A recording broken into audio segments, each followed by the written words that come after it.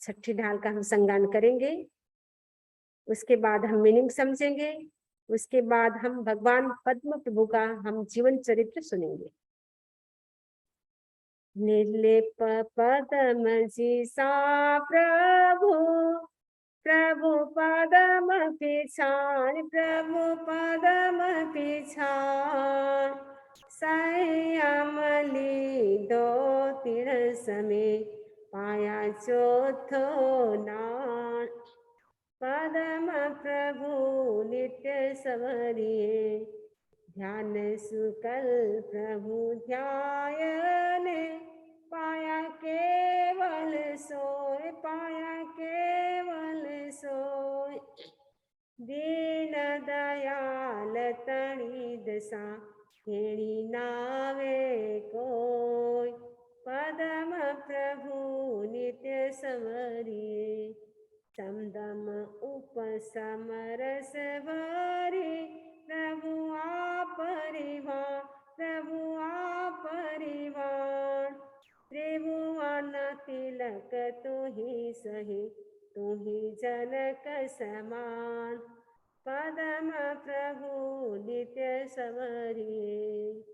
तू प्रभु कल्पतरु जैसो, तू चिंतामणि जोय, तू चिंतामणि जोय। समरण करता प्रभु मन वांछित होय, पदम प्रभु नित सवरिये। सुखदायक सौ जगवाणी, तू ही दीन दयाल, तू ही दीन दयाल। शरण आयो तुझ साहिबा, तू ही परम कृपाल, पदम प्रभु नित सवरिये। गुण गाता मन गह गहे, सुख संपत्ति जान, सुख संपत्ति जान। मेघन मिटे समरण किया, पामे परम कल्याण, पदम प्रभु नित्य सवरिये। ओगणीसे ने भाद्रवे, सुदी बारस दे, सुदी बारस देख, पदम प्रभु रट्या लाडनो, हुयो हरस विशेष, पदम प्रभु नित्य सवरिये। अब हम मीनिंग समझेंगे। तो पद्म प्रभु इस अवसर पीढ़ी काल के छठे भगवान थे। 24 भगवान में से इनका नंबर छठा था। तो पद्म प्रभु नित्य समरिये, तो ये जो 24 है इसकी रचना श्रीमद जयाचार्य की है। तो श्रीमद जयाचार्य कहते हैं पद्म प्रभु का नित्य यानी ऑलवेज, हमेशा, समर यानी स्मरण करो, उनका हमेशा स्मरण करो, एवरीडे स्मरण करो। निर्लेप पदम जिसा प्रभु, प्रभु पदम पिछाड़।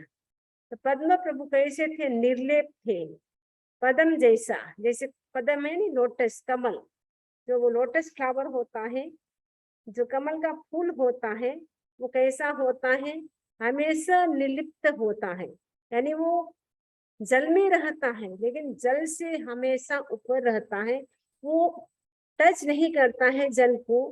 ठीक वैसे ही पद्म प्रभु भी संसार में रहते हुए भी वो अनासक्त भाव से रहते थे। ऐसे पद्म प्रभु को पिछाने जानो, संयम लीधो तीन समय, पाया चौथो ना। भगवान पद्म प्रभु ने जिस समय संयम यानी दीक्षा ग्रहण की, संयम स्वीकार किया, उसी समय उनको चौथा ज्ञान, चौथो नाण यानी चौथा ज्ञान पाया नहीं उत्पन्न हुआ, प्राप्त हुआ। चौथा ज्ञान कौन सा है? मन पर्योग ज्ञान। 5 ज्ञान है, मति ज्ञान, श्रुत ज्ञान, अवधि ज्ञान, मन पर्योग ज्ञान और केवल ज्ञान। 5वां केवल ज्ञान है और चौथा है मन पर्योग ज्ञान। तो जो तीर्थंकर होते हैं, कहा जाता है दीक्षा लेते ही उनको चौथा ज्ञान यानी मन पर ज्ञान की प्राप्ति होती है, क्योंकि जन्म से वो 3 ज्ञान तो लेके आते हैं, मति ज्ञान, श्रुति ज्ञान और अवधि ज्ञान। चौथा ज्ञान तो दीक्षा लेते ही प्राप्त हो जाता है। 5वां ज्ञान प्राप्त करने के लिए वो पुरुषार्थ करते हैं, साधना करते हैं। तो भगवान पद्म प्रभु भी वो साधना करेंगे और साधना करने के बाद उनको केवल ज्ञान की प्राप्ति होगी। तो ध्यान शुक्ल प्रभु ध्यायने पाया केवल सोए। तो भगवान पद्म प्रभु ने दीक्षा स्वीकार कर ली। दीक्षा स्वीकार करने के बाद वो साधना करनी शुरू करते हैं, क्योंकि जो तीर्थंकर होते हैं वो दीक्षा लेते ही मौन व्रत धारण करते हैं। तो तब तक वो मौन व्रत ग्रहण करते हैं जब तक उनको केवल ज्ञान की प्राप्ति नहीं होती है, तब तक वो मौन ही रहते, कंप्लीट मौन। अगर जरूरत हो तो मैं भिक्षु हूँ, बस अपना नाम बता सकते हैं, मैं भिक्षु हूँ, बस, और कुछ भी वो नहीं बोलते हैं। तो तीर्थंकर का ये नियम होता है। और जब वो साधना करते हैं तो वो अलग अलग प्रकार की साधना करते हैं, ध्यान करते हैं।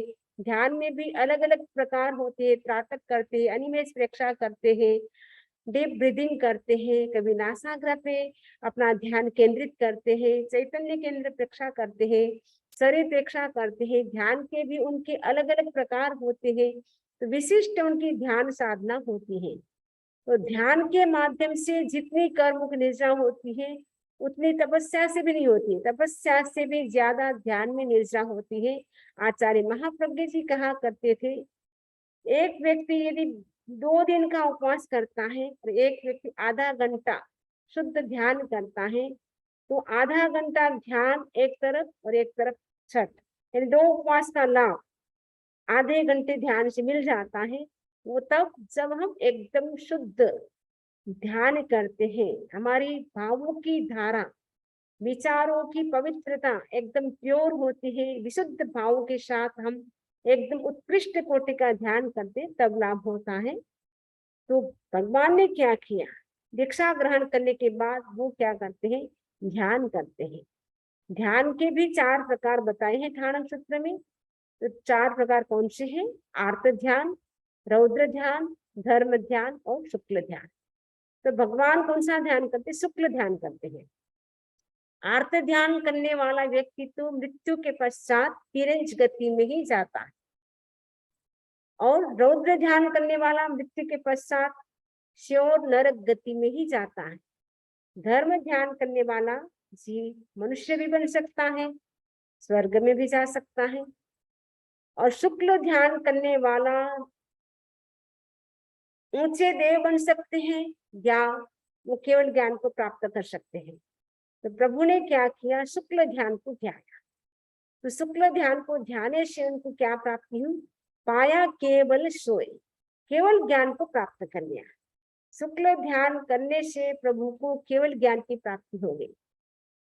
यदि हमें केवल ज्ञान चाहिए तो हम ध्यान करें, क्योंकि केवल ज्ञान तो हमारे अंदर विद्यमान है, लेकिन हमारी आत्मा पे कर्मों का ऐसा सघन आवरण आया हुआ है जिसके कारण हमारा ज्ञान प्रकट नहीं हो रहा है।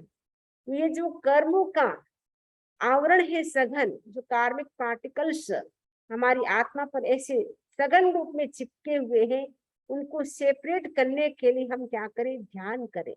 जितना हम ध्यान करते हैं उतने उतने कर्म सेपरेट होते जाते हैं, आत्मा प्योर हो जाती है। जितनी जितनी आत्मा प्योर होती जाती है उतना उतना हमारा जो कर्म का आवरण है, कवर्ड है, वो दूर होता जाता है, फिर ज्ञान की धारा प्रकट होती जाती है। तो प्रभु ने क्या किया, शुक्ल ध्यान को ध्याया। तो शुक्ल ध्यान के माध्यम से उनको केवल ज्ञान की प्राप्ति हो गई। दीन दयाल तणी दशा केणी नावे कोई। हे दीन दयाल, आपकी ऐसी स्थिति बनी ध्यान करने से जिसको हम अपने शब्दों से बता नहीं सकते। केणी नावे कोई, हम कोई भी व्यक्ति केणी मैंने कह नहीं सकता है, बता नहीं सकता है, एक्सप्लेन नहीं कर सकता है। प्रभु ने जब ध्यान किया था शुक्ल ध्यान, उस समय उनकी क्या स्थिति थी, कैसी पवित्र धारा थी, कैसे विचारों की धारा थी, उस स्थिति को हम अपने शब्दों से एक्सप्लेन नहीं कर सकते हैं। समदम उपसम रस भरी प्रभु आप परिवार। प्रभु की वाणी, भगवान की वाणी कैसी होती है बता रहे हैं। समता होती है, दम इंद्रियों का जो दमन करने वाली, और उपसम रस से भरी हुई होती है। सम दम और उपसम रस से भरी हुई आपरी वाणी ने प्रभु की वाणी है। त्रिभुवन तिलक तुही सही तुही जनक समान। आप तीनों भुवन यानी तीनों लोगों के आप क्या है, तीनों लोगों में तिलक के समान है। जैसे तिलक होता है ललाट पे तो कितना सुशोभित होता है ललाट, वैसे प्रभु भी तिलक के समान है, क्योंकि संसार में वो तीर्थंकर के समान कोई आत्मा नहीं होती है। उनकी आत्मा पवित्र होती है, उनके लेवल में कोई भी आत्मा नहीं होती है, जैसे तीर्थंकर की पवित्र आत्मा होती है। तो त्रिभुवन तिलक तुही से, तीनों भवन के लिए, तीनों जगत के लिए, तीनों लोकों के लिए आप तिलक के समान हैं। तू ही जनक समान, और आप ही जनक यानी पिता के समान है। जैसे पिता हमारा कितना ध्यान रखते हैं, रक्षण करते हैं, वैसे ही तीर्थंकर भी क्या करते हैं, संपूर्ण लोकों, तीनों लोकों में पिता के समान होते हैं। वो संसार के जितने भी जीव हैं उन सबको वो तारना चाहते हैं, संसार समुद्र से पार करना चाहते हैं। वो चाहते हैं कि जैसे मैं संसार समुद्र को पार करूं, वैसे ही संसार के सभी जीव संसार रूपी समुद्र को पार करें, और जन्म मरण का जो चक्र अनादि काल से हमारा चल रहा है उन सब से मुक्त हो, ऐसी प्रभु की भावना होती है। इसलिए प्रभु के लिए कहा गया, प्रभु कैसे होते हैं, तीनों लोगों के लिए तो तिलक के समान होते हैं, और जगत जनक के पिता के समान होते हैं। तो प्रभु कल्प तरु जिसो तू चिंता मणि सोए। और तीर्थंकर होते हैं, वो कैसे होते हैं, कल्प वृक्ष के समान होते हैं। कल्प वृक्ष की विशेषता क्या होती है, कल्प वृक्ष की विशेषता यह होती है कि जो भी हम मांग करते हैं, जो भी हम डिमांड करते हैं, उसी समय हाजिर हो जाती है वो वस्तु। सपोज आपको भूख लगी, आप कहेंगे मुझे गरम गरम जलेबी चाहिए, मुझे फाफड़ा चाहिए, जो भी आपको चाहिए गरम गरम, जो भी आपको खीर पूरी जो भी चाहिए, जो मांग करेंगे वो उसी समय आपको मिल जाएगी। यदि आज के व्यक्ति के पास कल्प वृक्ष होता तो भाइयों को तो जॉब नहीं करनी पड़ती और बहनों को किचन का काम नहीं करना पड़ता। यहाँ तो अमेरिका में भाई बहन बराबर ही होते हैं, दोनों ही जॉब के लिए जाते हैं, दोनों ही आकर के साथ में ही रसोई बनाते हैं। लेकिन इंडिया में तो प्राय प्राय भाई लोग बिजनेस करते हैं, बहनें किचन का काम करती हैं। तो अगर कल्प वृक्ष होता तो कितना अच्छा होता कि बहनों को किचन के काम से छुट्टी मिल जाती और भाइयों को बिजनेस से छुट्टी मिल जाती। लेकिन वर्तमान समय में कल्प वृक्ष नहीं है। अवसर पीढ़ी का जब तीसरा आना प्रारंभ होता है तब कल्प वृक्ष धीरे धीरे करके वो समाप्त हो जाते हैं। लेकिन जो भगवान है वो कैसे कल्प वृक्ष है, यानी भगवान का स्मरण करने से हमारी सारी इच्छाएं पूरी हो जाती हैं। तो चिंतामणि, और आप चिंतामणि रत्न के समान है। चिंतामणि रत्न की विशेषता क्या होती है, जो भी हम चिंतन करते हैं वो उसी समय हमें वो चीज मिल जाती है। तो प्रभु पद्म प्रभु कैसे हैं, कल्प वृक्ष के समान है और चिंतामणि रत्न के समान है। स्मरण करता आप करो मन वांछित हो, और आपका स्मरण करने से मन वांछित यानी मनोवांछित यानी मन में जो हम इच्छा करते हैं वो उसी समय पूर्ण हो जाती है। क्योंकि प्रभु कैसे हैं, कल्प वृक्ष के समान और चिंतामणि रत्न के समान है। सुखदायक सौ जग भाणी तो ही दीन दया। आप कैसे हैं, सुखदायक है यानी सुख को देने वाले हैं, और सहु जग भणी यानी संपूर्ण संसार के जो भी प्राणी है उन सबको आप सुख देने वाले हैं। आप दीन दयाल हैं यानी जो दीन दुखी है उनके प्रति भी आप दयालु हैं।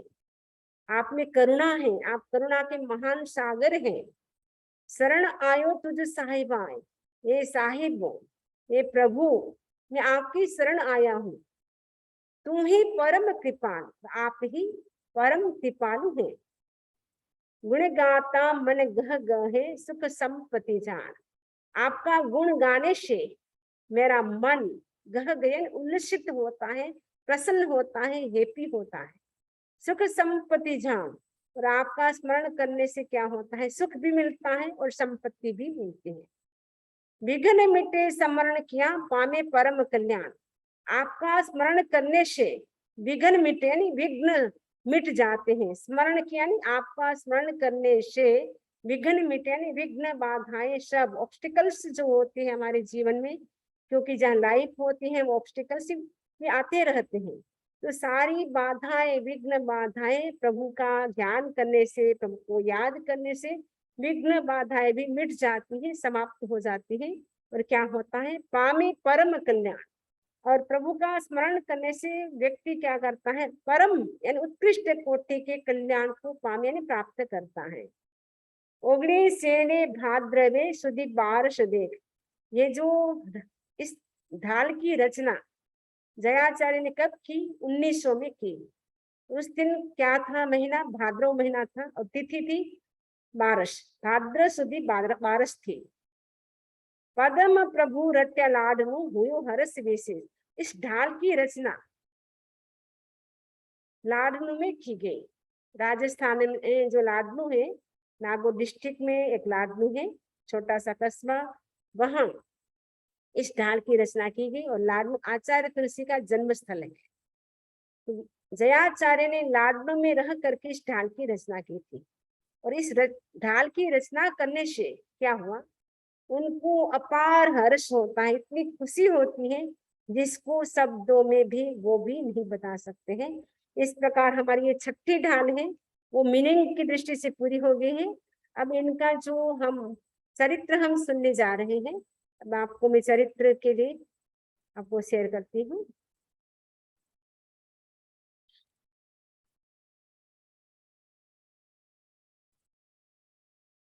तो ये जो छठे भगवान इस अवसर पे निकाल के, पहले मैंने बताया कि छठे भगवान थे जिनका नाम था पद्म प्रभु और इनका चिन्ह था कमल।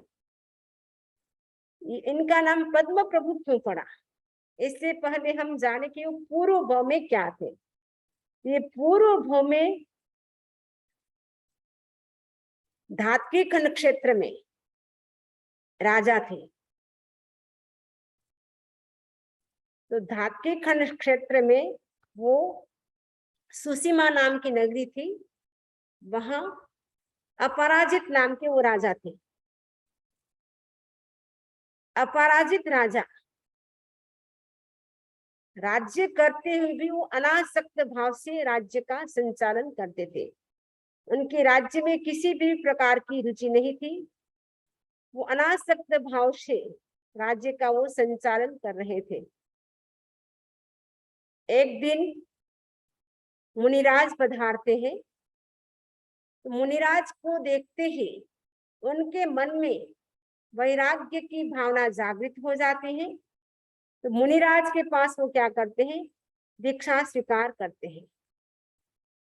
दीक्षा स्वीकार करने के बाद वर्षों तक वो साधना करते हैं। जो तीर्थंकर गोत्र बंधन की 20 स्थानक है, 20 कारण है, उनमें से प्राय प्राय जो भी कारण थे उन सब की वो साधना करते हैं। साधना करने से तीर्थंकर गोत्र कर्म का बंध हो जाता है और काफी वर्षों तक साधना करने के बाद उनको लगता है अब मेरा शरीर क्षीण हो रहा है। तब उन्होंने क्या किया, अनशन स्वीकार किया। अनशन स्वीकार करने के बाद उनकी समाधि मृत्यु होती है। मृत्यु के पश्चात वो नवग्रहिक जो देह, नवग्रहिक है, नवमें ग्रहिक में वो उत्पन्न होते हैं, देव के रूप में उत्पन्न होते हैं। तो देव के रूप में वो उत्पन्न होते हैं। तो वहां पे उनकी जो उम्र थी वो कितनी थी, 31 सागरोपम की उनकी उम्र थी देवगति में। देवगति में भी वो क्या करते थे, एकदम अनासक्त भाव से देवगति का ऐसा वैभव, रिद्धि सिद्धि सब कुछ होते हुए भी किसी के प्रति भी उनका आकर्षण नहीं था। वो अनासक्त भाव से वहां पर भी अपना समय व्यतीत करते हैं। व्यतीत करते करते जो 31 सागरों की स्थिति थी, लंबी स्थिति, वो भी पूर्ण हो जाती है। और उसके बाद वो भरत क्षेत्र में जो राजा धर्षण थे, उनकी पत्नी का नाम था सुसीमा देवी। तो महाराजा धरण और माता सुसीमा देवी, तो सुसीमा देवी की कुक्षी में भगवान गर्भ में आते हैं।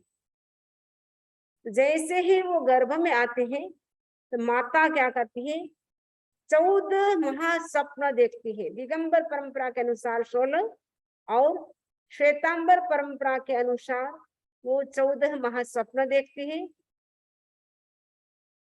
तो 14 महास्वप्न देखती है। उनको लगता है कि एक एक स्वप्न है मुंह में प्रवेश कर रहे हैं। हाथी, बेल, लाइन आप देख रहे हैं, ये जो 16 स्वप्न वो उनके मुंह में प्रवेश कर रहे हैं। और स्वप्न देखने के बाद वो जागृत होते हैं। जागृत होते ही महाराज जो धरण थे, उनको बताते हैं आज रात्रि में मैंने शुभ स्वप्न देखे। तो महाराज ने कहा, लगता है आपकी कुक्षी में कोई पुण्य आत्मा आई है, पवित्र आत्मा आई है, और वो स्वयं का तो उद्धार करेगी, लेकिन इस संसार के प्राणी मात्र का भी उद्धार करने वाली होगी। तो बहुत ही पुण्य आत्मा यानी तीर्थंकर की आत्मा हमारे घर में आने वाली है। तो पूरी नगरी में खुशियां मनाते हैं। और ऐसे करते करते जो महारानी सुसीमा देवी जो गर्भ का पालन कर रही है, गर्भ का पालन करते करते लगभग 9 महीना बीत जाते हैं, 9 महीना 7.5 दिन बीत जाते हैं। उसके बाद उनकी कुक्ष से एक पुत्र का जन्म होता है। बहुत ही रूपवान, बहुत सुंदर बालक का जन्म होता है। आप देख रहे बालक कितना सुंदर है। तीर्थंकर की आत्मा होती है, उनका रूप अद्भुत रूप होता है। हजारों आंखों से भी इंद्र नहीं देख पाते, इतना अद्भुत रूप होता है तीर्थंकर की आत्मा का। तीर्थंकर इतने रूप संपन्न होते हैं।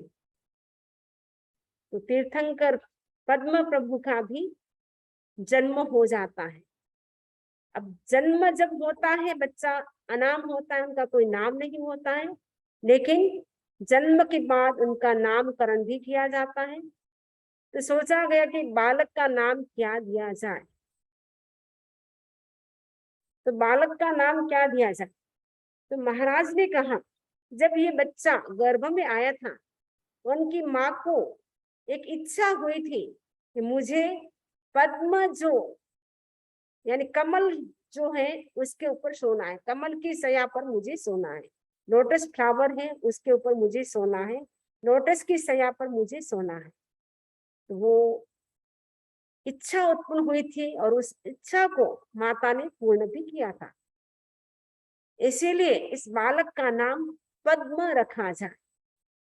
उसके बाद इस बालक को पद्म के नाम से पुकारने लगे, पद्म के नाम से वो जाने लगे। ऐसे करते करते जो कुमार अवस्था थी, बच्चे से वो बड़ा होता है, तो 7.5 लाख वर्षों तक वो कुमार अवस्था में रहते हैं।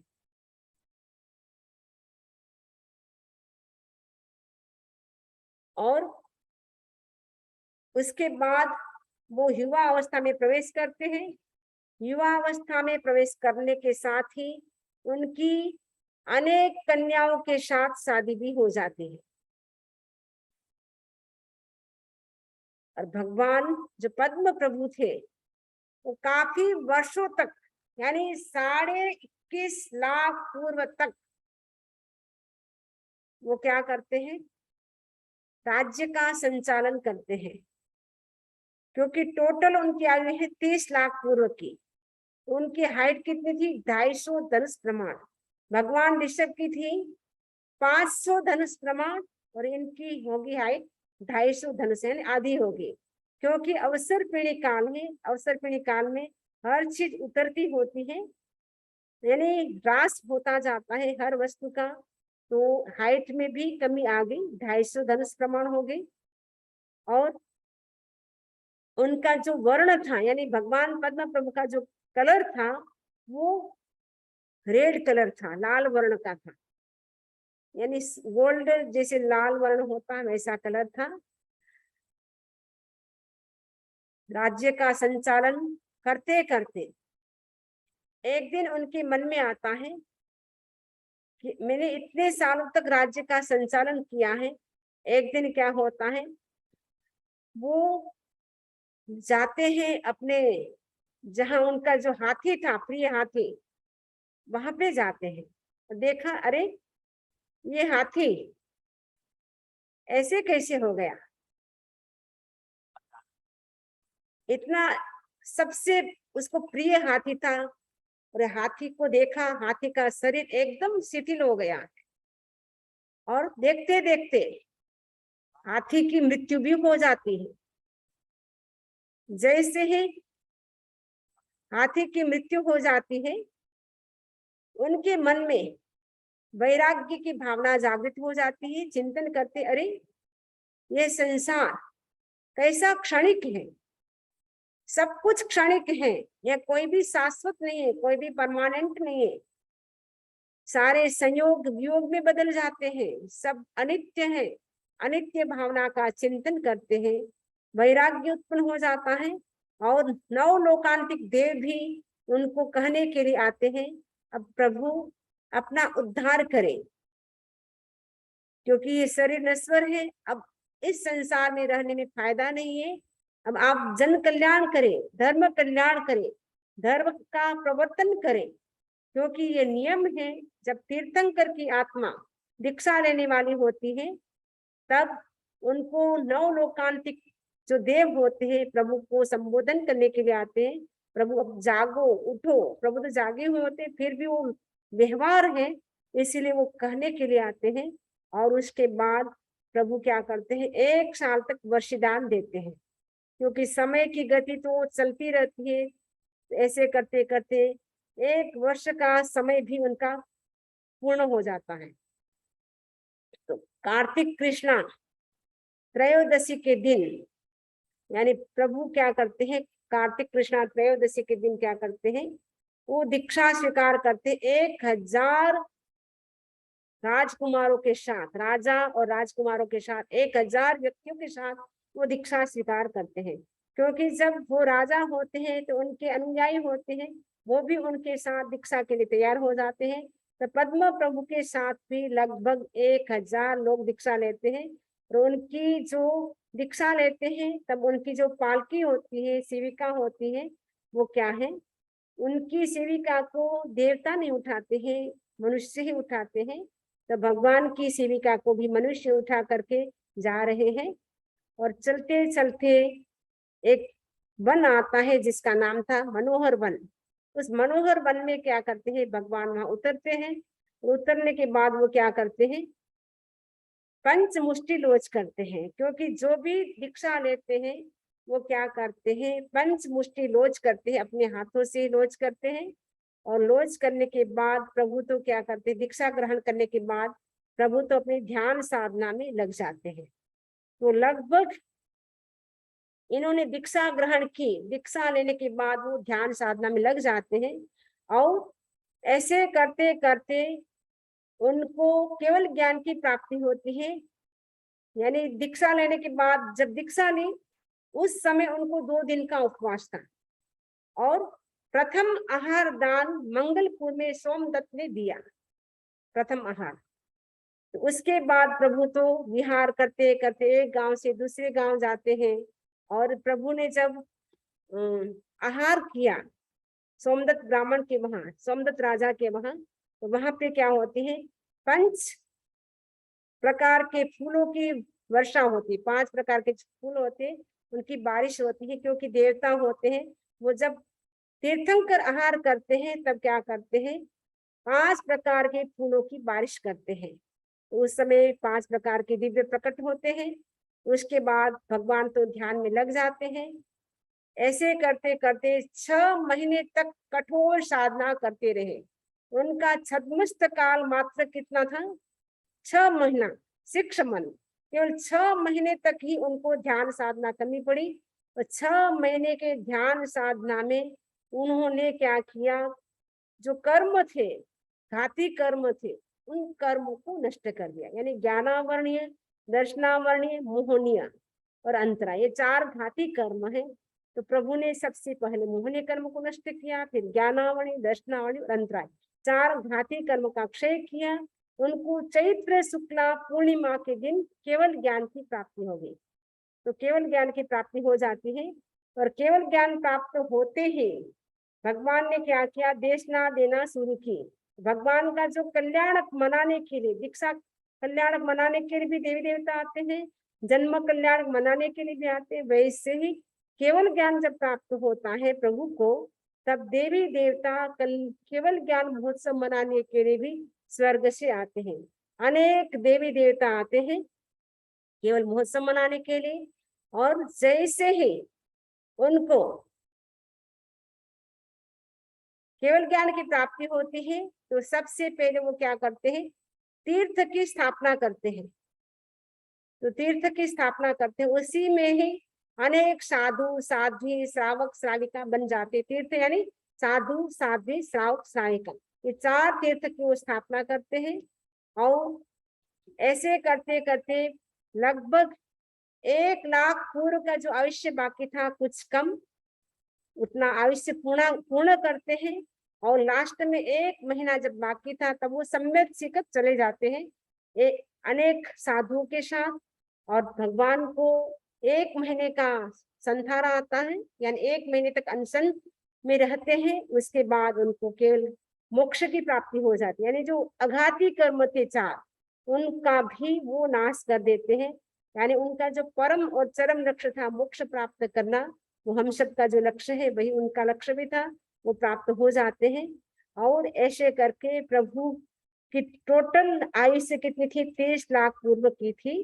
तो ये पद्म प्रभु हमारे छठे भगवान थे। उनके कितने गणधर थे? 111 गणधर थे। और उनके सर्वज्ञ 12,000 थे। ये जो उनका संवत्सर था वो 9.5 योजन का था। उनके पास जो श्राविकाएं थी, साध्वियां थी, वो भी बहुत सारी संख्या में थी। और श्रावक भी, मुनि भी 3,30,000 मुनि थे। तो उनके साथ सहदीक्षित मुनि भी लगभग 1,000 थे। तो उनकी काफी मात्रा में श्रावक श्राविका थे। प्रमुख जो उनके श्रोता थे वो धर्मवीर्य, सबसे पहले श्रोता थे धर्मवीर्य। कुल श्रावक 3 लाख थे, श्राविकाएं उनके 5 लाख थे। और इस प्रकार प्रभु का जो जीवन था, तो संक्षेप में हमने बताया है। विस्तार से आपको अगर पढ़ना हो तो 63 सलाह का पुरुष है, उसमें आप 63 सलाह का पुरुष में आप पढ़ सकते हैं। तो ये छठे भगवान का चरित्र चित्रण भी हमने संक्षेप में पूरा किया है। इस प्रकार हमारा ये छठे भगवान का चरित्र चित्र संपन्न हो गया है। इससे संबंधित किसी को कोई प्रश्न हो तो पूछ सकते हैं। वंदामी, मेरा 2 प्रश्न है वंदामी। अभी जब पद्म प्रभु का शासन काल चलता है, तो वो प्रीवियस तीर्थंकर भगवान सुमति प्रभु का पूरा शासन काल खत्म हो जाता है, कोई साधु साध्वी नहीं रहते उनके शासन काल के? इनका जो मतलब ये सुमतिनाथ भगवान जो थे, उनका निर्वाण होने के बाद ये लगभग 90,000 कोटि सागरोपम के बाद वो जन्मते हैं। तब तक उनका शासन काल चलता है। अच्छा। और वंदामी, मेरा सेकंड क्वेश्चन ये है कि अगर जो भी आदमी का भाव रहता है, जैसे धर्मचर्या करना या और जो चर्या रहता है, वो निश्चय ही अगले जन्म जाता है?